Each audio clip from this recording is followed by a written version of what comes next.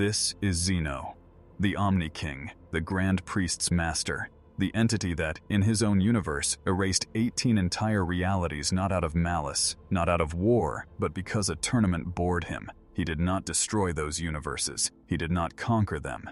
He simply decided they were no longer necessary, and then they were not. No explosion, no fire, no last screams echoing through the void, just absence. Clean, absolute, and total.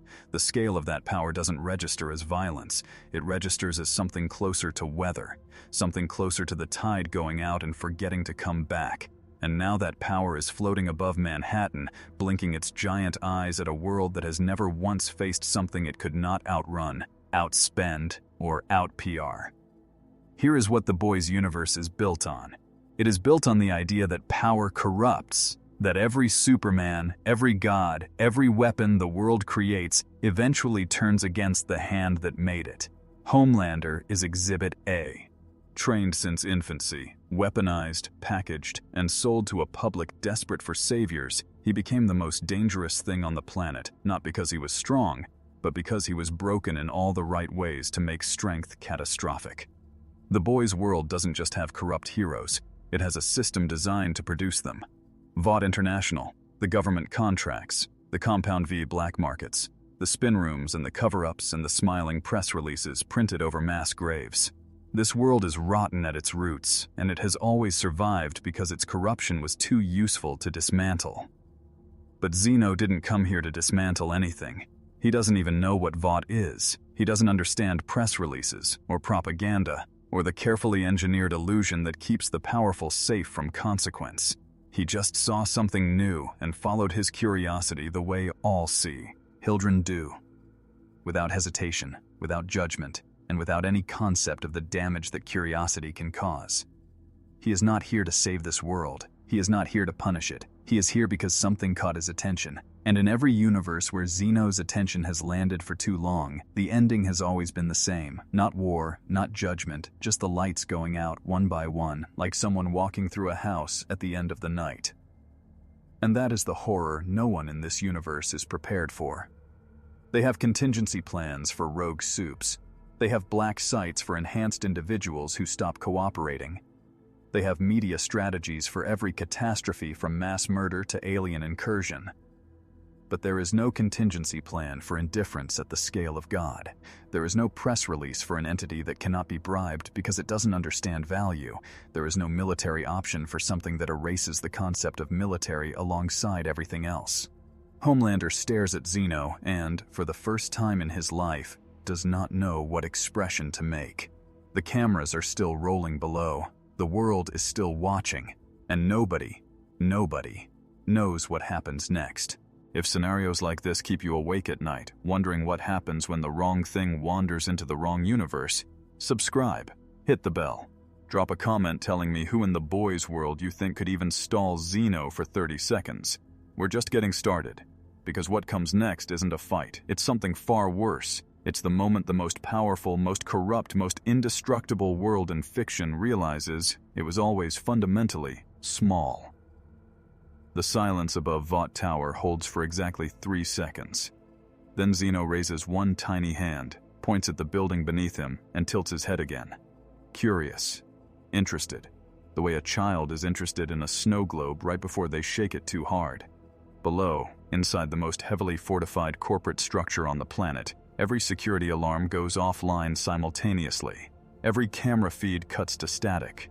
And in the executive boardroom on the 47th floor, a man in an expensive suit looks up from his mahogany desk at a ceiling that is no longer there, and beyond it, at 2 enormous eyes staring down at him like he is the most fascinating thing in the world. He opens his mouth to call security, but the word never leaves his lips, because the ceiling isn't the only thing that's gone. Let's talk about scale, because before you can understand what Zeno's presence means for the boys' universe, you need to feel the gap. Not just intellectually, but in your bones. The most powerful beings in the boys' world operate at what power-scaling communities call the city-to-regional level. Homelander, at his absolute ceiling, can fly at supersonic speeds, lift roughly 100 tons, fire beams of focused radiation from his eyes, and survive punishment that would level city blocks. That is genuinely terrifying by human standards, by the standards of fiction, by the standards of the world he was born into. He is functionally a god. He can end wars, he can end countries. He has ended careers, lives, and entire bloodlines with less effort than most men spend tying their shoes. Zeno erased 18 universes because a sporting event disappointed him. Let that sentence sit for a moment. Not 18 cities, not 18 planets, not even 18 solar systems. 18 universes, each one containing billions of galaxies, each galaxy containing hundreds of billions of stars, each star potentially hosting worlds filled with life, history, civilizations that had existed for longer than the human concept of time. All of it gone, in an instant. Not through war or weapon or carefully engineered catastrophe, through a gesture so casual it barely registered on his face. The gap between Homelander and Zeno is not a gap between a soldier and a general, or between a human and a superhero. It is the gap between an ant and the concept of weather. And here is the cruel irony that the boy's universe is uniquely unprepared to process. It doesn't believe in things it can't monetize. Vought International's entire machinery is built on the packaging of power, on taking something incomprehensible and dangerous and wrapping it in a logo, a backstory, and a streaming deal. When Black Noir goes rogue, they spin it.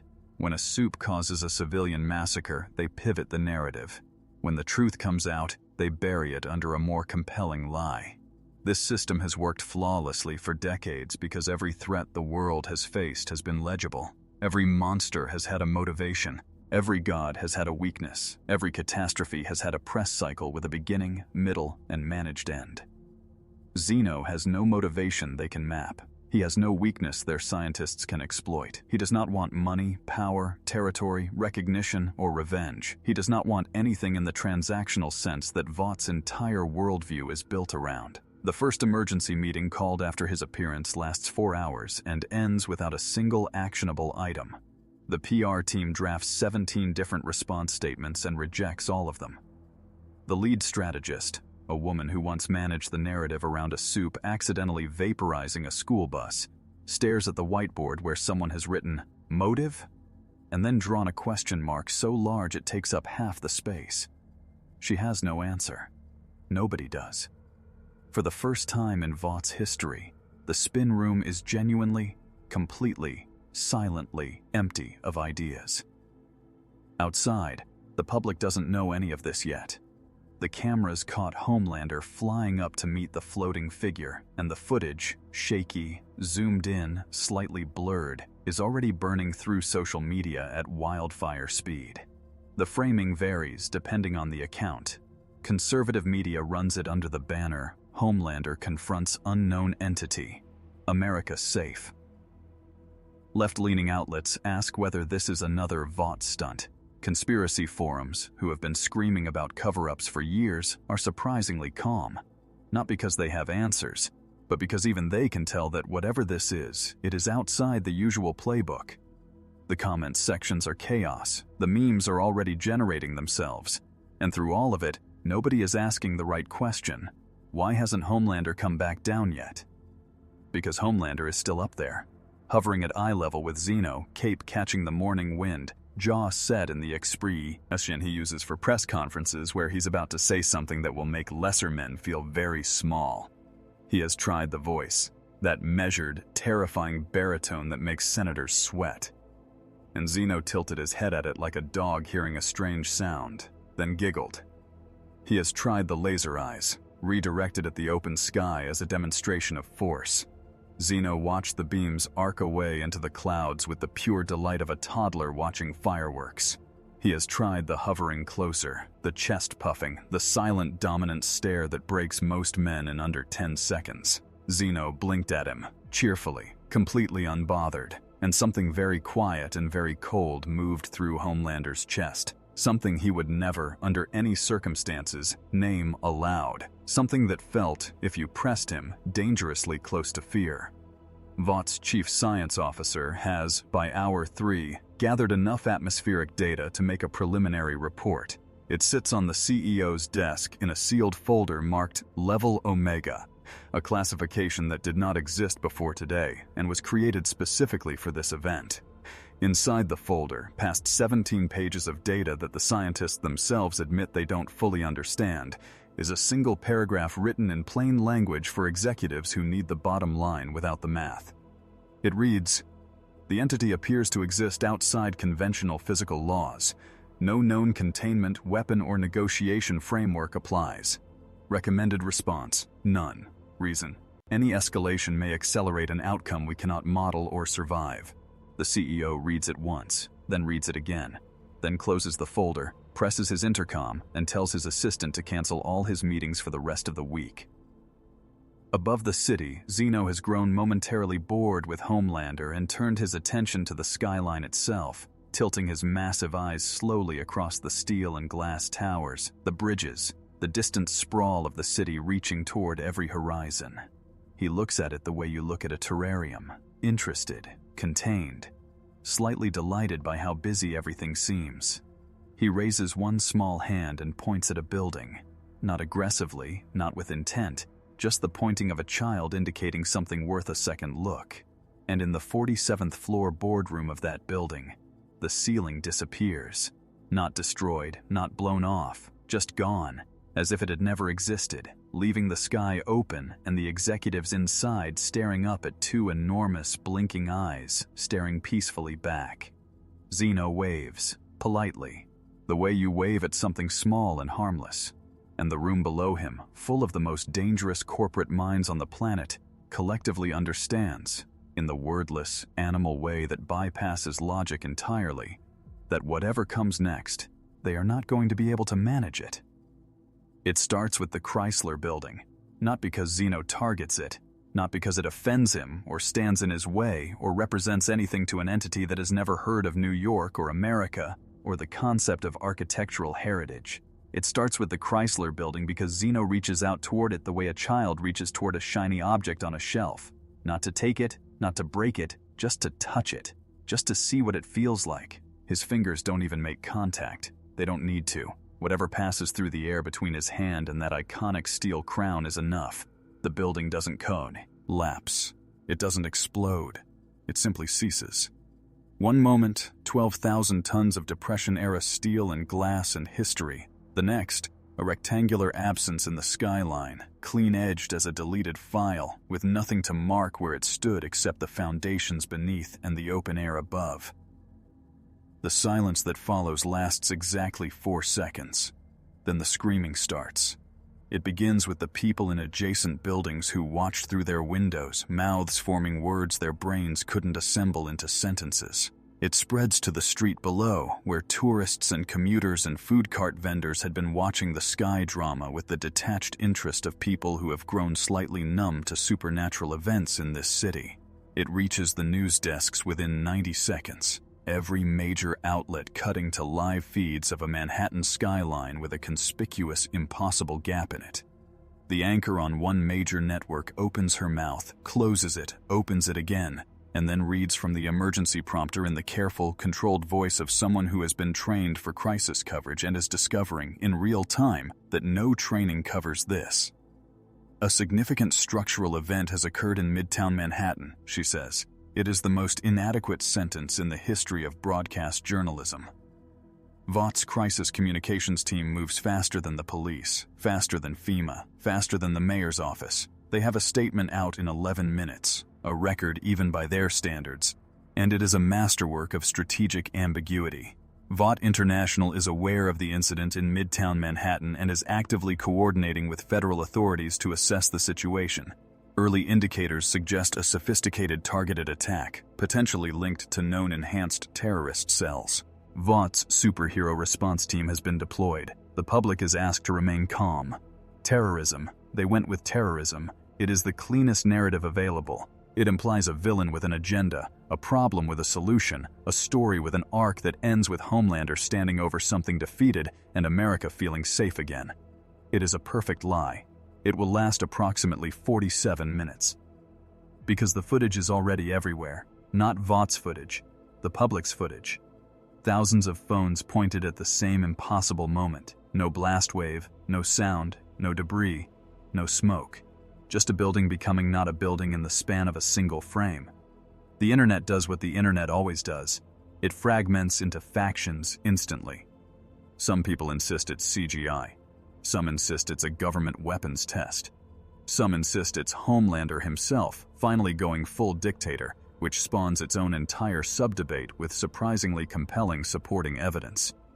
But a growing, quiet, increasingly viral corner of the internet is pointing at the small robed figure still visible in news helicopter footage, hovering serenely above the gap in the skyline, and asking a question that none of the official narratives have an answer for. What is that thing, and why is it smiling? Inside Vought Tower, the decision is made to send the Seven. Not because anyone genuinely believes it will work. The data from the science team is clear enough that self-delusion would require genuine effort. It is made because the alternative, official acknowledgement that there is a threat Vought cannot counter, is existentially unacceptable. Vought's market value is predicated on the belief that its heroes are the ultimate safeguard of civilization. The moment that belief cracks, everything cracks with it. Stock price, government contracts, public trust, the entire carefully construed mythology that keeps Homelander on cereal boxes and Starlight in family-friendly ads. So the Seven are deployed, not as a military strategy but as a branding exercise. They need to be seen trying. The outcome is almost secondary to the optics of the attempt. They fly in formation. It is genuinely impressive, visually. 7 of the most powerful enhanced humans on the planet, cutting through the Manhattan sky in a V-shape that the Vought cinematography drones capture at perfect golden hour angles. Homelander leads, jaw set, eyes forward, looking every inch the symbol he was manufactured to be. Behind him, the others maintain formation with the discipline of people who know the cameras are on and the whole world is watching. They close the distance to Zeno in under 30 seconds. They hover in a loose semicircle around him, projecting precisely calibrated threat through posture and proximity. Zeno looks at them, all of them, one by one, with the same open, curious, completely unintimidated expression he has worn since he arrived. Then he claps his hands together, once, with the pure delight of a child who has just been presented with something wonderful. The shockwave from that single clap cracks windows for 6 city blocks and sends 3 of the 7 tumbling backward through the air like crumpled paper. Homelander doesn't tumble. He braces. He holds his position through sheer will and raw physical power, cape shredding at the edges, eyes blazing laser red, teeth gritted against the pressure. He is at this moment doing something no human being has ever done. Holding his physical ground against the ambient output of the Omni King. It costs him more than he will ever admit. He can feel it in a way he hasn't felt anything in years. The full, total engagement of every cell in his body just to stay still. He forces his expression back to neutrality, forces his breathing even, looks Zeno directly in those enormous blinking eyes and says in the voice that ends conversations and silences rooms, "You need to leave. Now." Zeno stares at him for a long moment. Then, very gently, very cheerfully, the way you might react to a golden retriever that has learned to bark on command, he reaches out and pats Homelander once on the top of the head. The cameras below capture it all in devastating high definition. Homelander, the most feared being on the planet, the living symbol of American power and superhuman supremacy, patted on the head like a house pet by a small figure in a robe. The Vought social media team, monitoring feeds in real time, watches the clip go viral in under 4 minutes. First with shock, then with mockery, then with something darker beneath the mockery that the engagement metrics can't quite categorize. Because under the jokes and the memes and the clipped reaction videos, something is shifting in the public consciousness, something quiet and foundational. The story they have been told, the story that people like Homelander are the apex, the ceiling, the final answer to the question of power, has just developed its first visible crack. And cracks, once they start, do not stop on their own. They find the weaknesses in the structure that were always there, waiting, and they follow them all the way down. Her name is Maya Reyes. She is 31 years old, works the morning shift at a coffee shop 3 blocks from where the Chrysler building used to be, and has spent the last 6 hours standing on her fire escape with her phone raised, filming. Not because she is brave, not because she is foolish. Because she cannot make herself go inside. because something in the oldest, most animal part of her brain has decided that whatever is happening in the sky above her city, she needs to witness it. She needs to keep her eyes on it the way you keep your eyes on a loose wire sparking near a gas line. She watches the 7 fly in. She watches them scatter like paper in wind from a single clap. She watches Homelander get patted on the head. And she watches, with a clarity that cuts straight through the shock, as the small robed figure in the sky tilts its head at the gap where the Chrysler building used to be, and smiles at the emptiness like it is the most natural thing in the world. Vought's second decision of the day is worse than the first. If sending the 7 was a branding exercise dressed as a military response, then what comes next is something harder to name. A negotiation attempt with an entity that does not possess the cognitive architecture for negotiation. They send their chief diplomatic liaison, a man whose entire career has been built on brokering impossible deals with dangerous people, in a Vought helicopter with a white flag physically mounted on the landing skid. The optics are a catastrophe before the rotors even spin up. But the logic, such as it is, runs like this. Every powerful being has wants. Find the want, offer the trade, control the outcome. It is the foundational assumption of every power structure humanity has ever built. It is also, as the helicopter rises towards Zeno's hovering form, about to collide headlong with the one entity in existence for whom it is completely, categorically wrong. The helicopter makes it within 50 feet of Zeno before he notices it. He turns those enormous eyes toward it with fresh curiosity. New thing, new stimulus, new point of interest in a skyline full of them. The diplomat inside is already reading from a prepared statement through a PA system, voice professionally steady, offering Zeno a list of things that reads like the world's most absurd ransom negotiation. Territorial recognition, resource access, a formal seat at the United Nations, a dedicated Vought liaison team, broadcasting rights. Zeno listens. Or at least, he appears to listen. Head tilted, eyes blinking slowly, expression open and calm. When the statement finishes, there is a long pause. Then Zeno reaches out and touches the helicopter the way you touch a music box you've just noticed on a shelf. The helicopter vanishes, not violently, not explosively. The diplomat, the pilot, the camera crew, the PA system, the white flag, all of it simply stops existing, as cleanly as a sentence deleted mid-word. Zeno watches the empty air where it was for a moment, then turns back to the skyline, apparently satisfied. Scenario A plays out over the next 2 hours. 3 of the 7, the ones who recovered fastest from the shockwave and whose handlers convinced them that a coordinated attack might succeed where individual confrontation failed, attempt a synchronized strike. They move fast, from 3 different vectors, with the full tactical discipline of enhanced soldiers who have trained for precisely this kind of scenario. It is genuinely impressive. It is also completely irrelevant. Zeno doesn't dodge. He doesn't block. He doesn't even fully register what's happening until they are almost on him. Then he blinks once, and all 3 of them cease mid-flight. No impact, no collision, no final moment of drama. One frame they are there, cutting through the air at supersonic speed. The next frame, they are not. The sky where they were is perfectly, absolutely empty. The Vought drone cameras, still rolling, capture 3 clean gaps in the air where heroes used to be. The footage goes live before anyone can pull it. This time, the silence that follows lasts longer than 4 seconds. This time, it lasts long enough for the world to understand that the terrorism narrative is finished. On the ground, the social fabric is beginning to tear in ways that no crisis management team can address simultaneously. By hour 8, black markets in major cities are selling what vendors are calling departure packages, forged documents, off-grid relocation coordinates, survival supply bundles wrapped in the language of apocalyptic pragmatism. By hour 10, 3 separate online communities have independently concluded that Zeno is a divine judgment event and pivoted from discussion forums to active recruitment of what they are calling witnesses, people willing to document the end rather than flee it.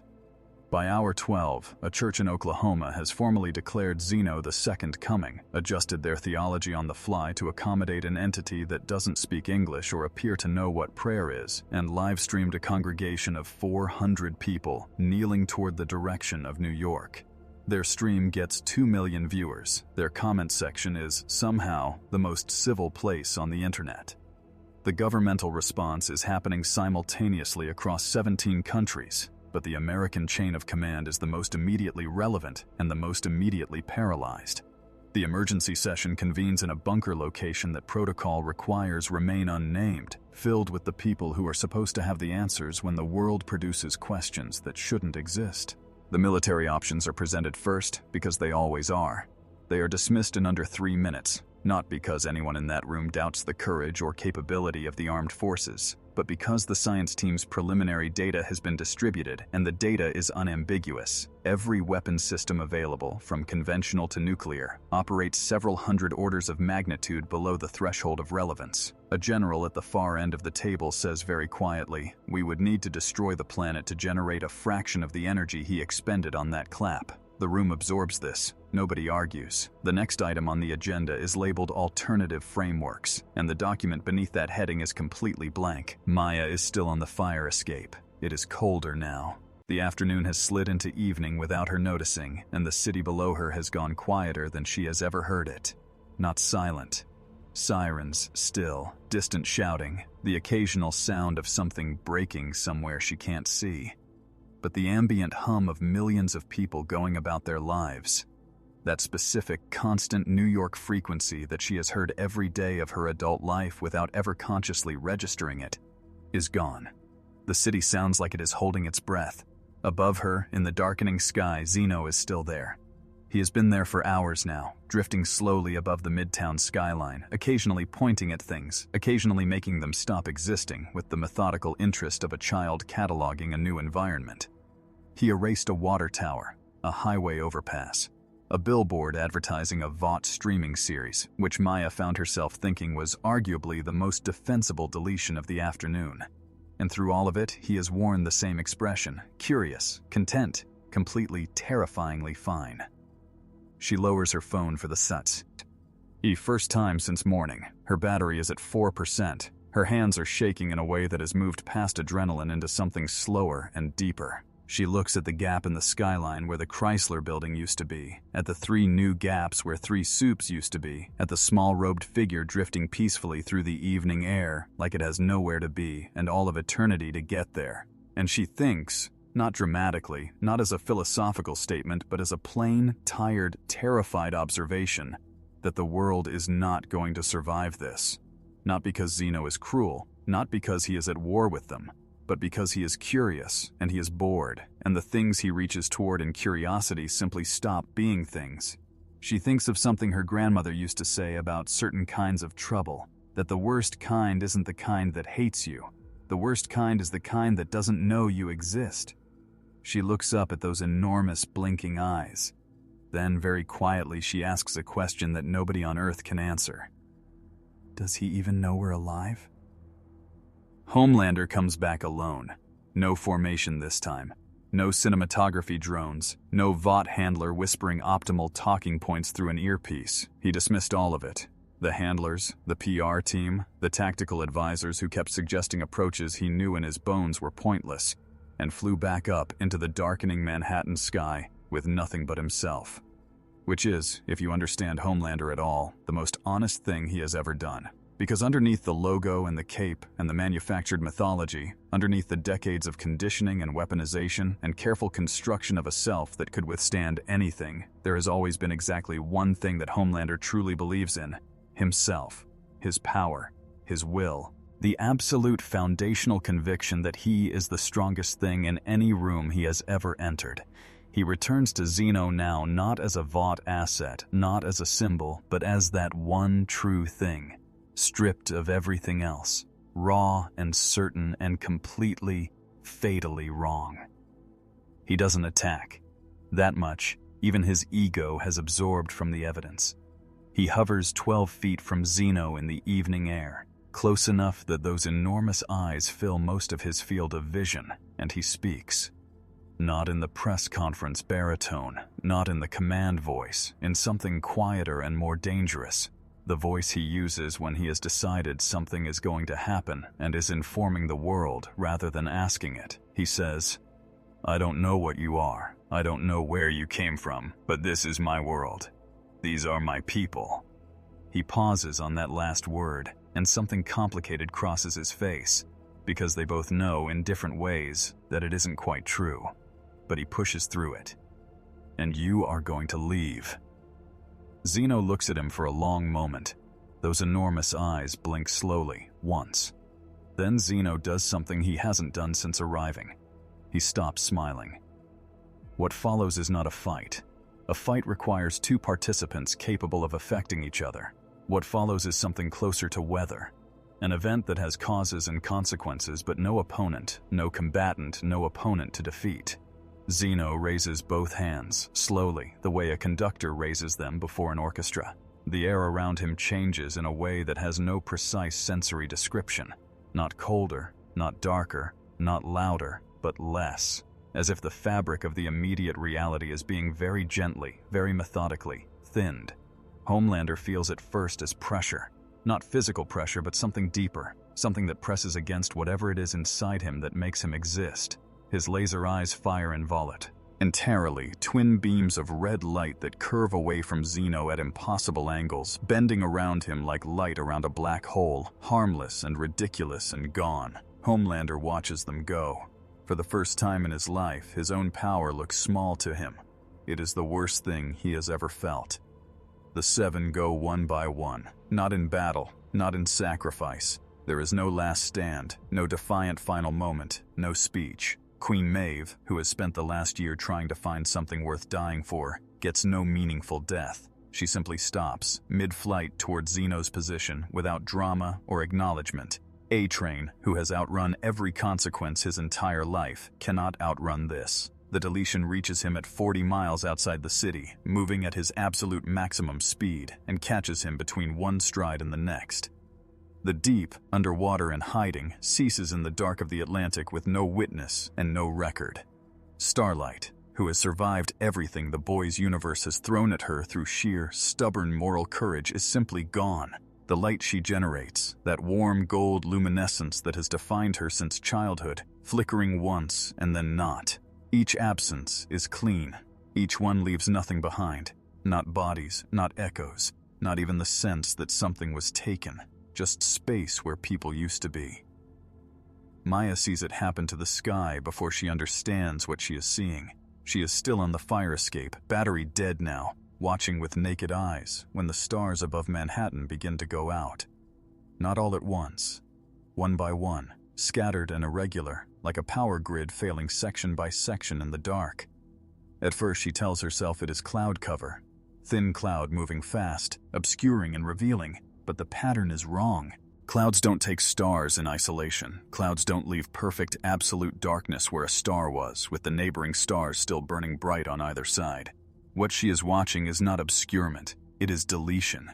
The universe above New York is being quietly, methodically edited, and the editor does not appear to have a stopping point in mind. The realization spreads across the global scientific community in real time, shared through emergency channels that are usually reserved for extinction-level asteroid events. The data is consistent across every observatory still operational and transmitting.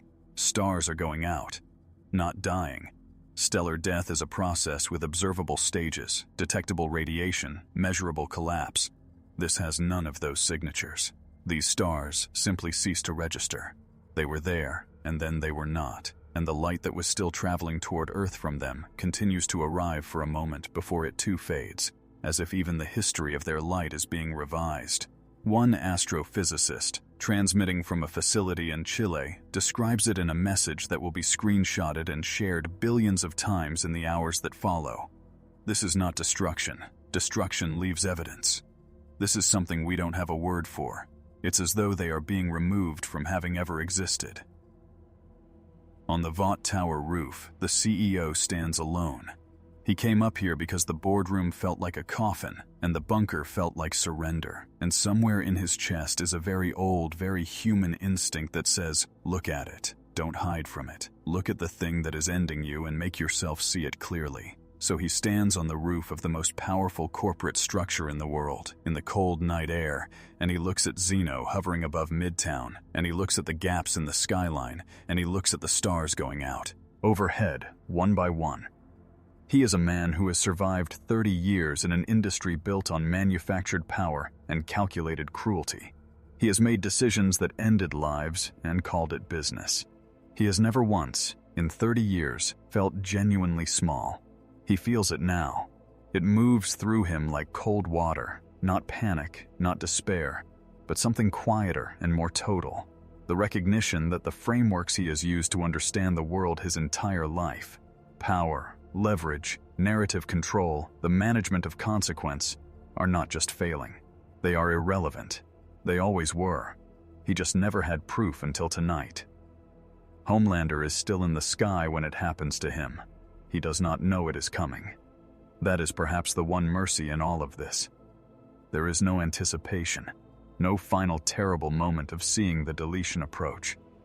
He is hovering there, cape in tatters, eyes still burning red, jaw still set, still insisting through sheer force of will that he is the most powerful thing present, still refusing to be anything other than what he was made to be. And then he is not there. The cape doesn't fall. The laser eyes don't extinguish dramatically. There is no body, no final expression frozen in defeat. There is simply the air where Homelander was, which looks like all the other air, which has no memory of him, which carries no evidence that he ever burned as bright and terrible as he did. The cameras below, still rolling on automatic, transmit 6 seconds of empty sky before a producer somewhere finally cuts the feed. Those 6 seconds, just the Manhattan skyline at night, ordinary and quiet with a gap in the stars above it, will become the most watched footage in human history, not because of what is in them, because of what isn't. The silence that follows is not peaceful. Peace is an absence of conflict. This is something different. This is the silence of a world that has had its loudest certainties removed and hasn't yet found new ones to replace them. The 7 are gone. Homelander is gone. The Chrysler Building, 3 soups mid-flight, a helicopter full of negotiators, a water tower, an overpass, and 47 stars visible from the northern hemisphere are gone, and Zeno is still there, hovering above Midtown in the pre-dawn dark, apparently in no hurry, showing no signs of escalation or completion or anything resembling a plan. He looks, to every camera still transmitting, like a child who has spent a long afternoon at a museum and is deciding whether he has seen everything worth seeing or whether there is another wing left to explore. Maya comes back inside just before dawn. She doesn't decide to. Her body simply makes the decision for her, legs carrying her through the fire escape door and into the kitchen where the coffee maker is still on because she forgot to turn it off this morning, 1,000 years ago, before all of this. She pours a cup she doesn't taste. She sits at the table where she has sat 10,000 ordinary mornings and she thinks, not about survival, not about escape plans, not about who is in charge now or what the government will do next. She thinks about her grandmother's apartment, which smelled like cardamom and old paper. She thinks about a summer afternoon at Coney Island when she was 8. She thinks about small things with the ferocity of someone who has just understood, at a cellular level, that small things are the only things that were ever real. Outside, the city is quiet. The stars that are left are beginning to fade into dawn. She wraps both hands around the warm cup and waits. Here is the question that the surviving analysts, ethicists, and philosophers, gathering in emergency digital forums because the physical infrastructure for such gatherings has become unreliable, keep returning to in the hours after the 7's erasure. It is not, how do we stop him? That question has been retired by the evidence. It is not, why is he doing this? That question assumes a framework of intent that may not apply. The question they keep returning to, the one that generates the most words and the least consensus, is this. Is what Zeno is doing wrong? Because here is the unbearable irony sitting at the center of everything. The boys' universe is not a good world. It is a world of systematic corruption, manufactured heroes, buried atrocities, and power structures that grind ordinary people into dust for the profit and comfort of the extraordinary few.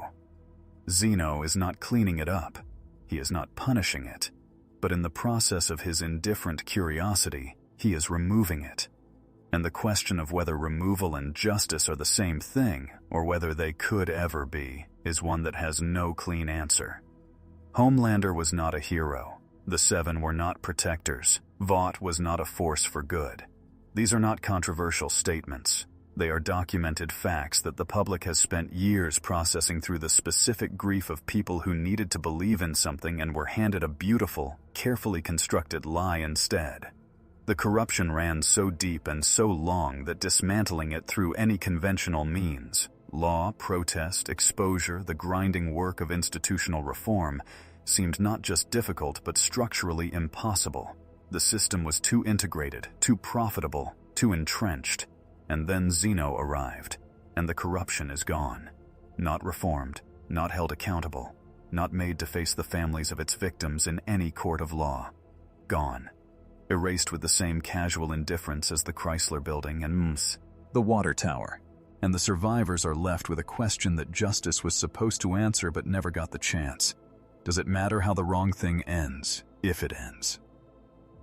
The religious responses fracture along predictable lines, then fracture further along lines nobody predicted. The Oklahoma congregation that declared Zeno the Second Coming is now engaged in a heated internal debate about whether a divine judgment that shows no awareness of the people being judged is still divine, or whether it is something older and more terrible than divinity, something that precedes the human need for God to know you, to see you, to make your suffering mean something. A theologian live streaming from her kitchen in Minneapolis puts it in terms that get clipped and shared 12 million times before the day is out. Every religion ever built is built on the assumption that the universe is aware of us, that whatever power exists at the top of it cares, even a little, whether we are here. Zeno is the proof of concept for the alternative, and I don't know what we do with that. She pauses, looks directly at the camera, adds quietly, I don't think we do anything with it. I think it does something with us. The CEO of Vought International is arrested at dawn by federal agents who have, with the specific energy of institutions compensating for paralysis by seizing on the one target within reach, decided that prosecuting Vought for decades of criminal conspiracy is the action available to them, and therefore the action they will take. He goes without resistance. He does not call his lawyers. He does not invoke his rights or make statements or perform any of the choreography of powerful men resisting accountability, because those performances are premised on the existence of a future worth protecting, and he is no longer certain that future exists. He sits in the back of a federal vehicle and watches. The Manhattan skyline scroll past the window, the gaps in it, the missing towers, the dawn sky above it where 47 stars used to burn. And he feels something he cannot name and will not try to. The vehicle drives. The city moves past. He watches it with the attention of someone memorizing something they expect to lose.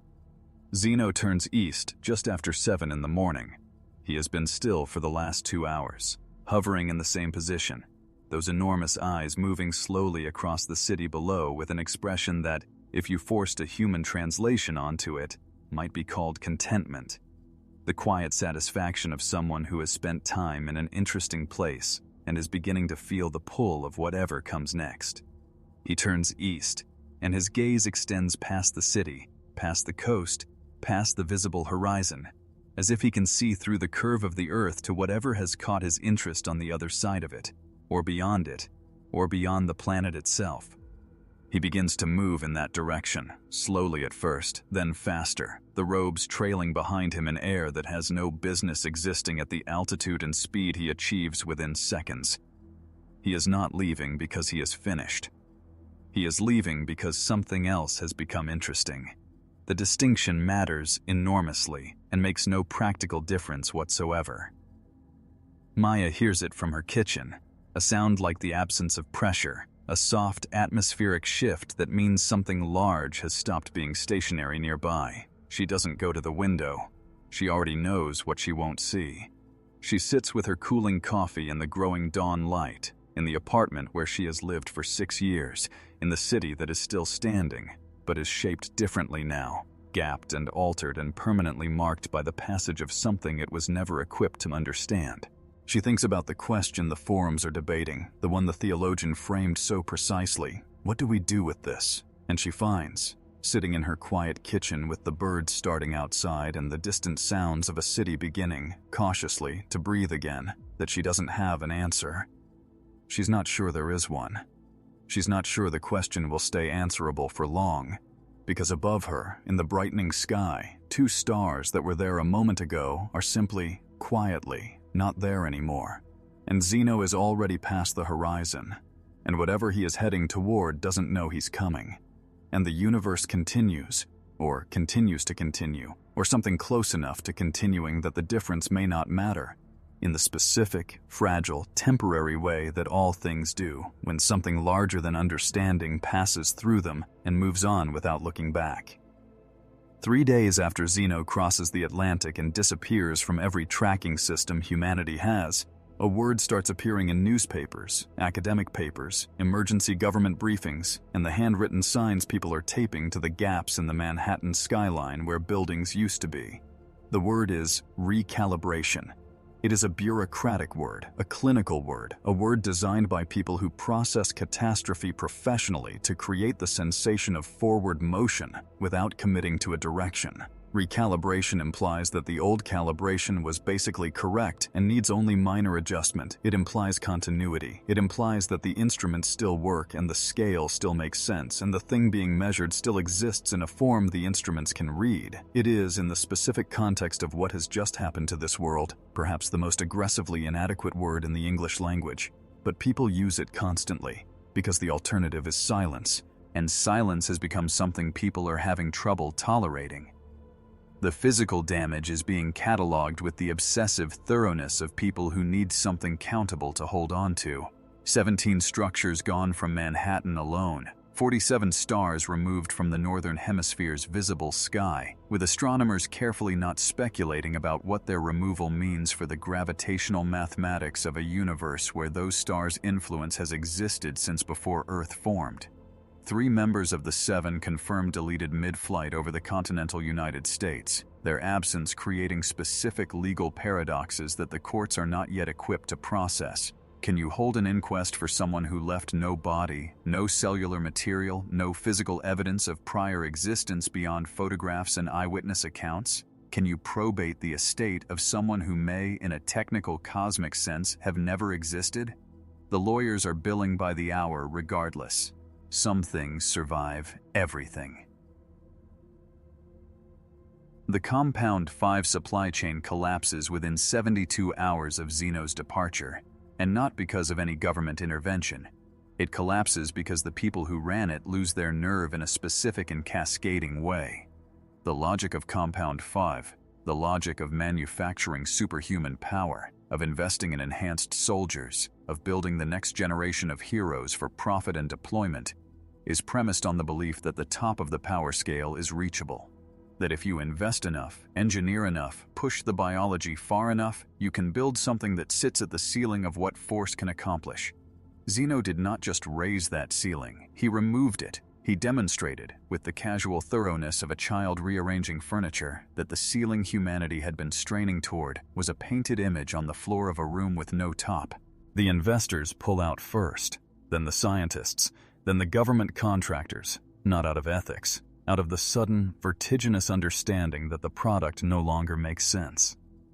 Vaught's stock hits 0 on day 4, not declining, not a dramatic crash with traders shouting and numbers cascading red across screens, 0. Trading suspended, then halted, then the exchange simply stops processing Vaught transactions because the legal status of the company has become so entangled in the emergency federal investigation that no instrument can price it.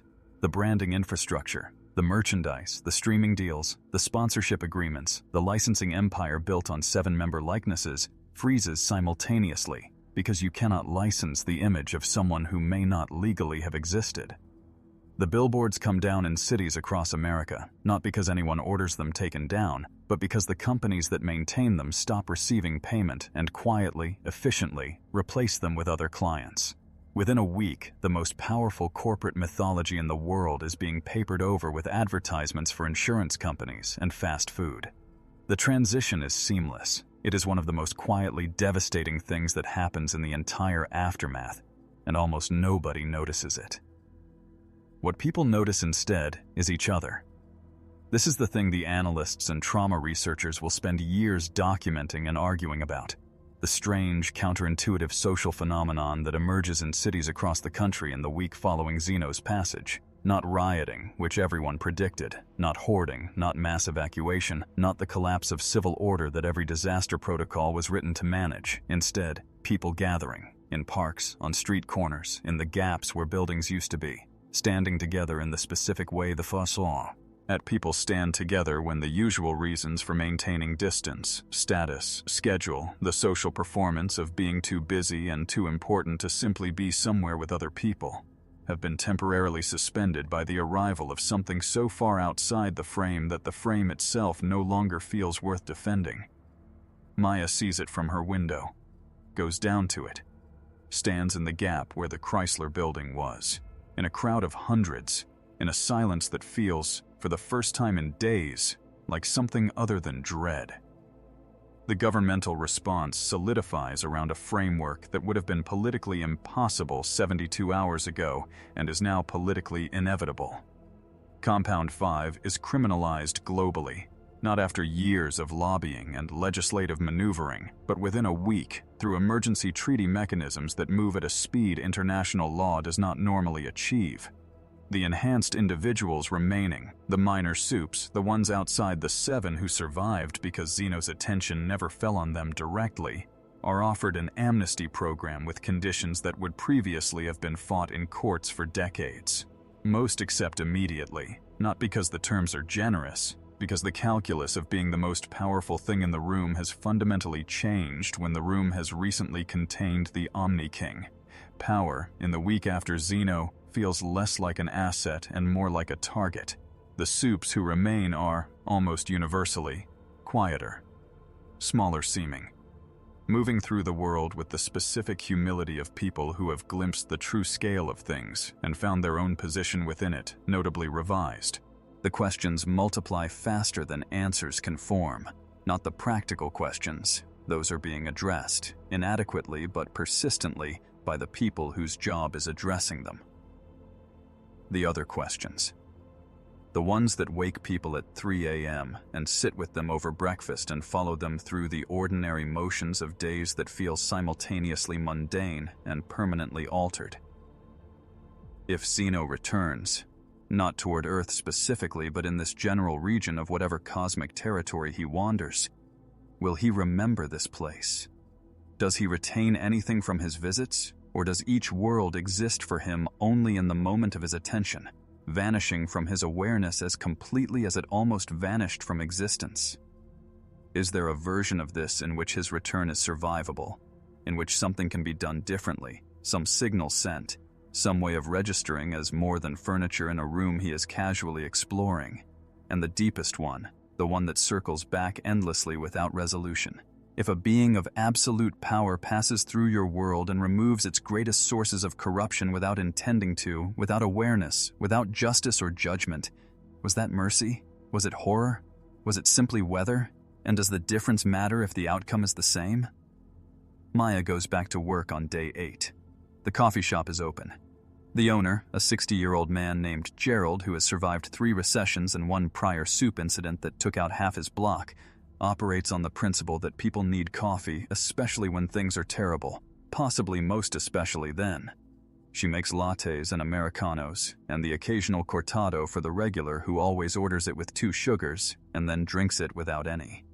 The city outside the window is the same city it has always been, and different in ways that are sometimes visible. The gaps, the missing star, is at night, and sometimes not visible at all, lodged instead in the quality of how people move and speak and look at each other. Like something has been removed from the performance of daily life. Some layer of pretense about what matters and what doesn't, what is permanent and what is fragile. what power actually means in a universe that contains, somewhere in its incomprehensible expanse, a small robed figure drifting between realities and pointing at things that interest him. She hands a coffee across the counter. The customer says thank you. She says you're welcome. Outside, the morning is cold and ordinary, and still here. For now. The trial begins on a Tuesday in a federal courthouse in Washington, D.C. that was built in 1936 and has seen things. Assassinations prosecuted, civil rights litigated, the slow machinery of American justice grinding through cases that defined generations. It has never seen anything like this. The charges against the surviving Vought executive leadership run to 417 pages. Conspiracy, criminal negligence, wrongful death, human experimentation, suppression of evidence, bribery at 17 levels of government, and a category of offense that had to be legally invented for this occasion, labeled in the indictment as systematic manufacture and deployment of enhanced individuals with willful disregard for public safety. The defendants sit at their table in expensive suits that somehow survive the end of the world they built, and they look, almost uniformly, like people who are only partially present, like part of them is still on a rooftop watching stars go out. The lead prosecutor is a woman named Diane Marsh, 44 years old, who has spent the last 11 years building the evidentiary case that Vaught's legal team buried under 16 successive motions to dismiss. She has the files. She has the witnesses. She has more documentation of more crimes than any single prosecution in American legal history. She stands up on the first morning to deliver her opening statement and finds, unexpectedly, that she has to stop twice to locate her composure, not because she is unprepared, but because the architecture of the case, which she has lived inside for over a decade, suddenly feels like a cathedral built to a god that recently revealed itself to be a different shape than the one on the blueprints. The crimes are real.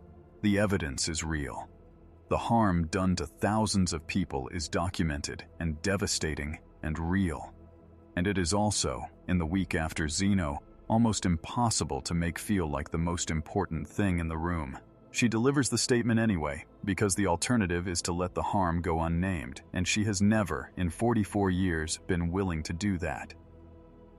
Outside the courthouse, the protest landscape is unlike anything the security services modeled. The anti-Vought demonstrators are there. They have been building toward this moment for years, and they are present in force, organized and vocal, and carrying signs that document specific victims with specific names, which is the most powerful form of protest there is. But alongside them, in a development that confounds the political analysts trying to map it onto existing frameworks, are the others. People who are not there about Vought specifically. People who are there about something larger and harder to name, carrying signs that ask questions instead of making statements. Were we worth saving? Reads one. Does indifference have a conscience? Reads another. And most prolifically, most photographed, most debated on every platform still operating. If a god doesn't know we exist, are we real? The question is grammatically ambiguous in a way that seems intentional. And nobody can agree on what it's asking. Nobody can stop thinking about it. The two stars come back on day 11. This is the detail that breaks the careful, provisional equilibrium the scientific community has been maintaining. The working assumption that Zeno's deletions were permanent, that what he removed was removed from the base level of reality and would not return, that the universe had been edited and the edits were final. Two stars in the northern hemisphere, gone for 8 days, register again on observatory instruments at 3:17 a.m. Greenwich Mean Time. Not new stars, not replacements, not similar objects in adjacent positions. The same stars, returning to the same coordinates, with the same spectral signatures, as if they had been briefly somewhere else and have now come back. The data is verified across 14 independent observatories before anyone will say it aloud. Then one astronomer, a man in his 60s who has spent his career committed to the discipline of saying only what the evidence supports, types a single sentence into the Global Emergency Scientific Channel. They came back. I don't know what that means. I don't think any of us do. What it means, or what people decide it means, which is the human process that fills the space where meaning should be, fractures along lines that reveal exactly what each group was most afraid of and most hoping for. The religious communities split between those who read the returning stars as proof of divine mercy. Zeno gave, Zeno took, Zeno restored. The arc bends toward grace, and those who read it as something darker, proof that nothing that happened was permanent from his perspective, that the deletions were always reversible, that he simply hadn't reversed them yet. This second interpretation implies something that nobody wants to sit with for too long, that the people who were erased might not be permanently gone, that Homelander, the Seven, the helicopter full of negotiators, their deletion might be the same category of event as the stars, temporary, suspended, waiting on the interest level of a being who does not experience time the way anything else does.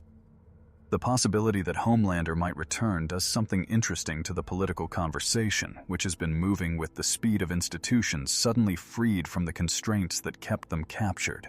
The legislative reforms, the Compound 5 criminalization, the amnesty programs, all of it has been proceeding with the momentum of a world that believes the old power structure is permanently gone, and the window for replacing it is open. The possibility that it is not permanently gone, that the small robed figure might drift back through this region of reality and restore what he removed with the same casual indifference with which he removed it, that possibility introduces a specific, cold urgency into the reform process. A senator from Oregon, speaking off the record to a journalist who will quote her anyway, puts it plainly. We have to build something worth keeping before he decides to put things back. It is the most honest sentence any elected official has spoken about the situation. It is also possibly the most terrifying. Maya hears about the stars from Gerald, who heard it on the radio while opening the shop at 5 a.m. He tells her while she is tying her apron, in the casual tone he uses for all news of cosmic significance, which is the same tone he uses for everything else. She stops tying the apron and stands still for a moment, then finishes tying it. She thinks about what returning stars mean, about all the possible implications that the forums are surely already processing at length, and then she puts water on to boil. Because the first customers will be here in 10 minutes and they will want coffee, and the world continuing to require coffee is, she has decided, something she is choosing to find reassuring. She thinks about Zeno, somewhere beyond the horizon, drifting between curiosities. She thinks about whether he remembers this place, whether any of it registered beyond the immediate moment of his attention, whether they exist, for him, in any category more significant than the snow globe you shake and set back on the shelf before moving to the next room. The reckoning, it turns out, is not a single event. It is not a trial verdict or a legislative package or a scientific discovery or a theological conclusion. It is this: the long, difficult daily process of people deciding what to do inside a universe that has revealed itself to be incomprehensibly larger than any framework they were given to understand it. It is Maya boiling water at 5 a.m. It is Diane Marsh standing up in a courtroom to name specific harms done to specific people, because specificity is the only answer to the scale of what Zeno represents. It is an astronomer at 3 a.m, watching a star blink back into existence, typing a sentence that admits the limits of what he knows. It is the question on the sign outside the courthouse: if a god doesn't know we exist, are we real? Hanging in the cold air, unanswered, which is perhaps the most honest thing about it, because the reckoning that this world needs is not the kind that comes with verdicts and conclusions. It is the kind that begins with the admission that the question is real and the answer is not yet available, and the work of being human continues regardless, fragile, persistent, and stubbornly, almost unreasonably alive. Her name is Iris. She was born at 11:47 p.m. on the night Zeno arrived in a hospital 3 miles from the Gap where the Chrysler Building used to stand, while her mother labored through contractions to the sound of emergency broadcasts and the distant atmospheric shifts of a being beyond comprehension, rearranging the skyline outside. She weighed 7 pounds, 4 ounces. She was healthy, loud, and entirely unimpressed by the circumstances of her arrival, which is perhaps the most human response available to those circumstances. Her mother named her Iris because it means rainbow, because on a night when the world was losing its lights one by one, she needed her daughter to carry a name that insisted on color. Iris is 3 weeks old now. She does not know about Zeno, or the 7, or the 47 stars that went out and 2 of which have come back. She knows warmth. She knows hunger. She knows the specific comfort of being held. She is, in this moment, the most purely human thing on Earth, and she is inheriting a world that has no idea what it is anymore. The rebuilding begins the way all genuine rebuilding does, not with grand gestures or coordinated plans, but with small, specific decisions made by individual people in the gap between what was and what might be. The construction crews that move into the cleared Manhattan sites are not sent by Vought, which no longer exists in any operational sense. They are sent by the city, funded through emergency federal allocation, directed by engineers who have been handed a problem with no precedent. How do you fill a space where something didn't fall but was simply removed? There is no rubble to clear, no structural damage to the surrounding buildings to assess and repair. Just the clean, geometric absence of a thing that was there and then wasn't, and the sky above it, open and strange, and the question of what you put in that space when the old answer has been permanently deleted. The lead engineer on the Chrysler site stands at the edge of the foundation for a long time on the first morning, looking down at the empty footprint before she pulls out her notebook and begins, very deliberately, to write down not plans, but questions. What does this place want to be? What does the city need here? What do we build when we are building for a world that now knows it is small? The Vought trial enters its third week with the quiet momentum of a process that has stopped feeling urgent and started feeling necessary, which is a different thing and in some ways more durable. The drama has faded from the proceedings. The defendants have stopped performing composure and settled into something more genuine and harder to read. A kind of flat, cooperating exhaustion, as if the effort of maintaining the postures of powerful men has simply become too expensive to sustain. 3 of them have begun providing testimony against their co-defendants in exchange for reduced sentences, not because they have found conscience, but because the calculation has changed. The world they built their loyalty to is gone. The structures that made betrayal costly have been deleted along with everything else. What remains is the simple arithmetic of consequence. Years in prison, or fewer years in prison, stripped of all the mythological weight that made it bearable to cause harm for so long. The courtroom is not exciting, it is thorough, which is, Diane Marsh has decided, exactly what justice looks like when it is working correctly. A new movement has no name yet, which its members consider intentional and important.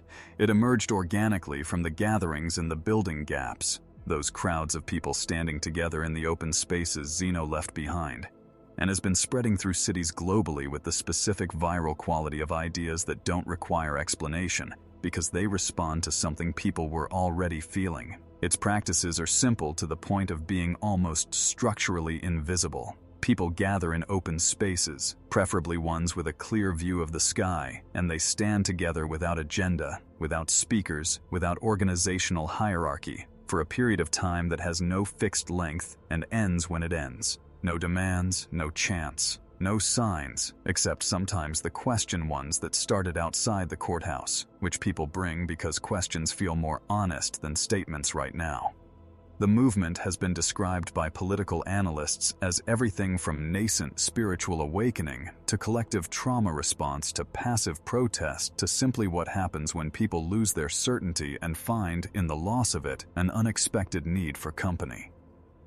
The instruments that detect it are not designed for this purpose. They are an array of deep space monitoring satellites, deployed a decade ago by a consortium of space agencies to track asteroid trajectories and solar weather patterns, the known categories of large things moving through the solar system that humanity needs advance warning about. They are not calibrated for the detection of something the size of a small child moving at speeds that should be impossible, in a direction that has no astronomical explanation, trailing energy signatures that do not correspond to any natural phenomenon in the scientific literature. And yet, on day 19 after Zeno's departure, 3 of the satellites flagged the same anomaly simultaneously, a moving object at the outer edge of the solar system, inbound, decelerating in a pattern that suggests not random drift but purposeful approach. The data goes to a monitoring station in New Mexico first. The technician on duty looks at it for a long time. Then she picks up the emergency line and says, in the carefully controlled voice of someone trained to deliver bad information without inflection, "We have an inbound contact. Classification unknown. Estimated arrival 17 days. Maya hears about it from the news, the way everyone else does, when the government's 17-hour attempt to decide whether to disclose the information collapses under the weight of too many people knowing it to keep contained. She is at the coffee shop when it breaks. Mid-morning rush, 3 drinks on the bar, Gerald restocking cups in the back, and the notification comes through on every phone simultaneously. The emergency broadcast tone that everyone has been subconsciously dreading since this all began. The shop goes quiet the way shops go quiet in moments of collective impact. Everyone looks at their phone. Then everyone looks up from their phone. Then, in the specific way that humans process information that is too large to hold individually, they begin to look at each other. Maya finishes making the 3 drinks, puts them on the bar, calls the names.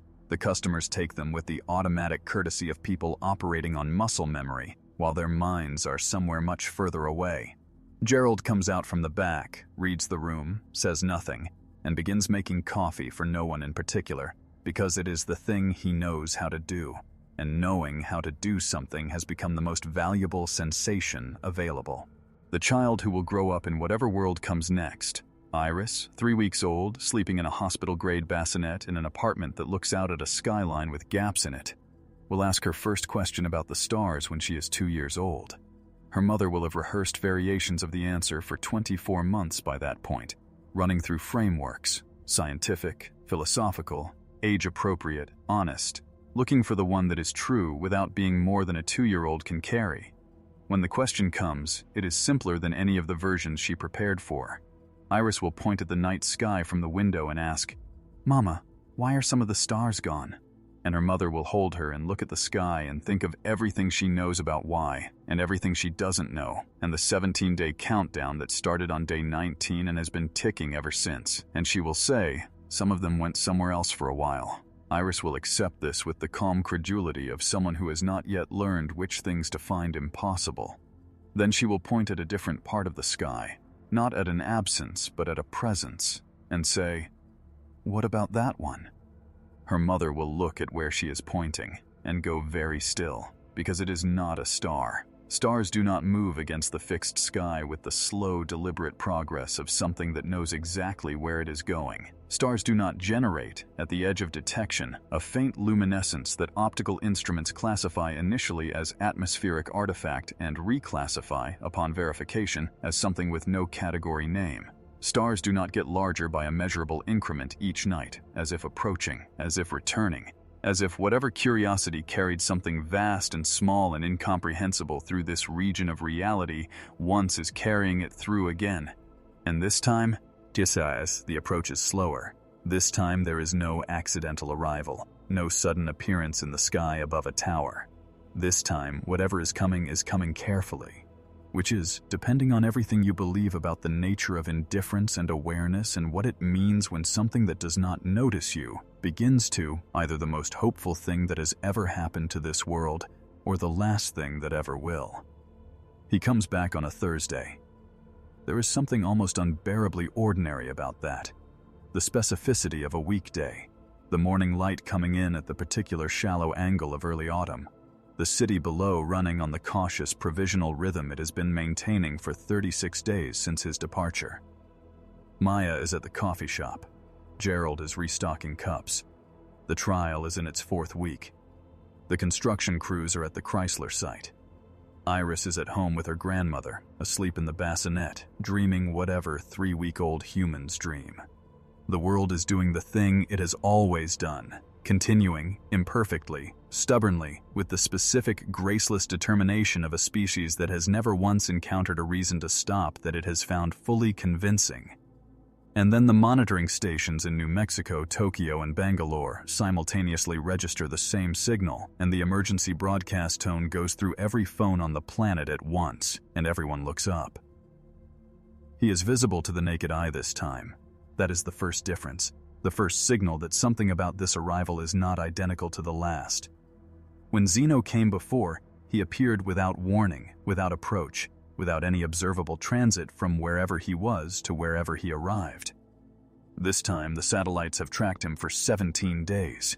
This time, he has been decelerating, visibly, measurably, in a pattern that the astrophysicists have spent 2 weeks arguing over and arrived at the same conclusion about, which they have been reluctant to say aloud because it sounds too much like hope, and hope has become something people handle very carefully now.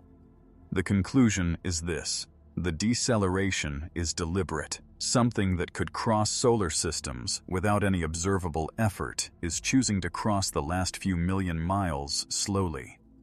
Something that erased 18 universes without pausing is choosing to take its time. They do not know what that means, but they know it is a choice. And a choice implies, at minimum, awareness that there is something worth approaching carefully. The crowds gather the way they have learned to gather in the weeks since his departure. In the open spaces, in the gaps, in the places where the old city has been replaced by sky. The unnamed movement fills every cleared site in Manhattan within an hour of the broadcast, people arriving not with signs or chance or organized intention, but with the simple animal instinct to face the thing that is coming in the company of other people rather than alone. Maya leaves the shop.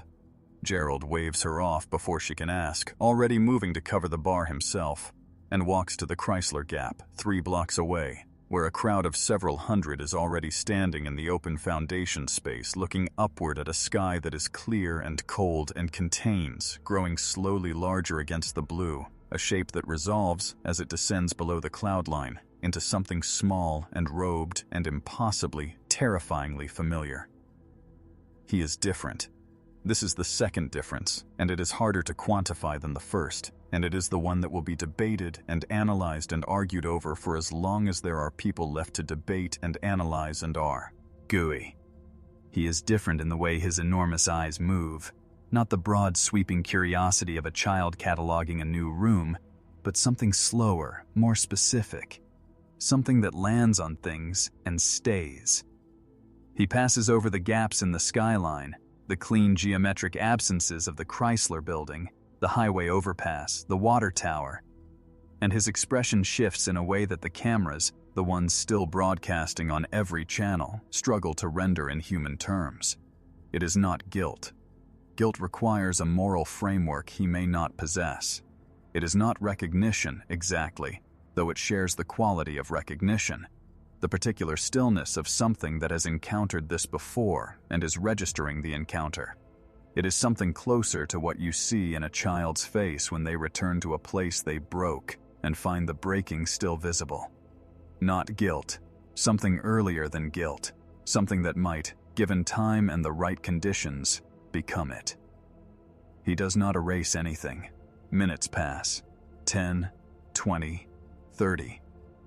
And the city below holds its breath in the specific way that humans hold breath when they are waiting for the worst thing to happen, and it keeps not happening.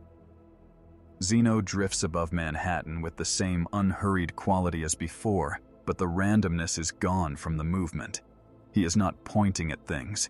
He is not reaching toward the skyline with the casual, lethal curiosity of his first visit. He is looking, just looking. Those enormous eyes moving across the gaps he left, across the crowd standing in them, across the faces turned upward toward him. And in a moment that will be captured by 17 cameras from 17 angles and studied and restudied and never fully agreed upon, something moves across his expression that none of the analysts can name and none of them can dismiss. Something that looks, in the uncertain, tentative way that all unprecedented things look, like the closest available approximation, like seeing. Maya is in the crowd at the Chrysler Gap. She is standing near the center of the open foundation space, surrounded by hundreds of people she does not know, all of them looking up at the same thing. The cold morning air is very still. Nobody is speaking. Nobody is filming, which is strange. Which is the first time since this all began that people have collectively, without coordination, put their phones away and simply looked with their own eyes at what is in front of them. She looks up at Zeno, and Zeno looks, or does something that resembles looking with an intimacy that previous looking did not possess. At the crowd below him, at the space they are standing in, at the gap in the skyline above them, open to the autumn sky. Something about the combination of these things, the people, the absence, the looking up, seems to hold his attention in a way the entire city did not last time. He tilts his enormous head, not with the bird-like curiosity of his first visit, with something that takes longer, something that costs more. She thinks of her grandmother's phrase about trouble. The worst kind is the kind that doesn't know you exist. And she stands very still, in the gap where something used to be, and waits to find out which kind this is. He reaches into his robe, slowly, with the deliberateness of the entire approach, and removes something. The cameras zoom. The satellite feeds transmit. Every screen on the planet shows the same image. Zeno, hovering above Manhattan, holding between two small fingers something that is either the most significant object in human history or entirely beyond categorization, and possibly both simultaneously. It is a star, or something star-shaped, or something that generates light the way stars do, but exists at a scale that can be held between two fingers, the way you hold a firefly or a marble or a small specific thing you picked up somewhere and kept because it meant something to you. He looks at it, looks at the crowd below, looks at the gaps in the skyline, and then, with the slowness of something that is not performing the gesture but making it, with the distinct quality of deliberateness that separates accident from intention.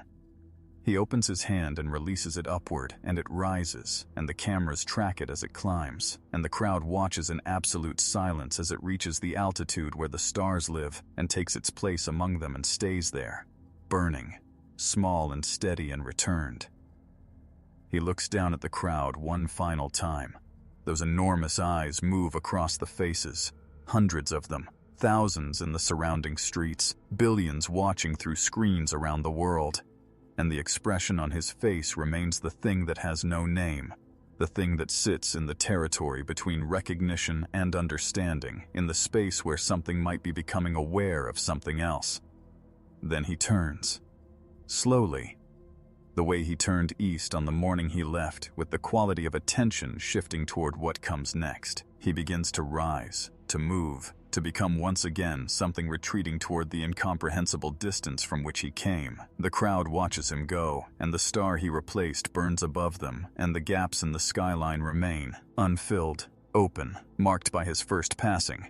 And Maya stands in the cold foundation space with her eyes on the small robed figure growing smaller against the autumn sky. And she thinks about Iris, asleep at home with her grandmother, who will ask someday about the stars. She thinks about the question the sign outside the courthouse asked that nobody could answer. She thinks about whether what just happened, the return, the star, the looking, constitutes mercy or consciousness, or something that humanity will spend the rest of its existence trying to name.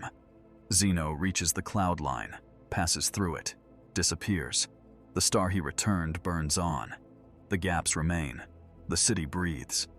And somewhere in the vast, indifferent, incomprehensible dark between here and wherever he is going, something small and ancient and possibly, just possibly aware, continues moving through a universe that is larger than any question we know how to ask about it.